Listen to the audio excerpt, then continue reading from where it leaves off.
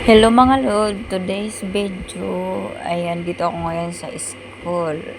Today is Friday. Dahil nandito ako ngayon sa school at malapit na kaming mag-uwian kaya nag-start na akong mag-video sa aking mga ka-classmate. At ngayon ay nagpe-prepare na nga ako ng aking mga gamit at nag-uuwian na kami dahil oras na.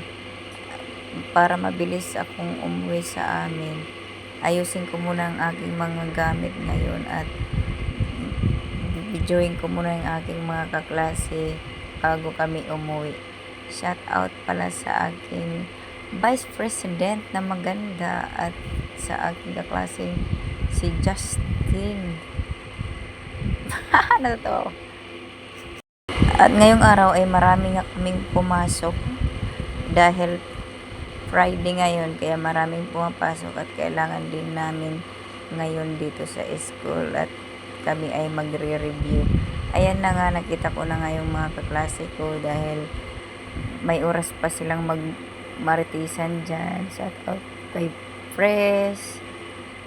At ngayon, wag ko muna saglit ang akong cellphone dahil naayos ko nga ang aking gamit para maligpit ko na at makauwi na ako dahil susunduin ko pa yung aking anak sa school niya. Hello pala kay Ate Rochelle. Ayan na nga, may sinasabi sa akin dyan na uuwi na nga daw siya.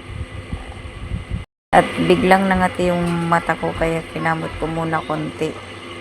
At dahil medyo makati yung mata ko dyan, kaya binibilis-bilisan ko na ang aking pagbibidyo sa ano. At medyo tinitingnan ko rin yung buhok ko dyan kasi parang napansin ko tumatayo na yung buhok ko na maliliit sa yung buhok ko dyan. At ngayon nandyan pa sila ate, hindi pa sila umuwi at nagkikwentuhan muna dahil importante ngayong araw ang aming ginagawa. Tapos nyan may bala kami pumunta sa aking kaklase dyan, nagkikwentuhan muna kung anong gagawin namin pag pumunta kami sa labas. Shoutout pala sa tatlong LM. Yan, mababait din sila mga guys. At ito naman po si ate, medyo seryoso. At yan na nga, nag-prepare na ng paglilinis dito sa aming room bago kasi kami umuwi. Nagliligpit muna kami sa school.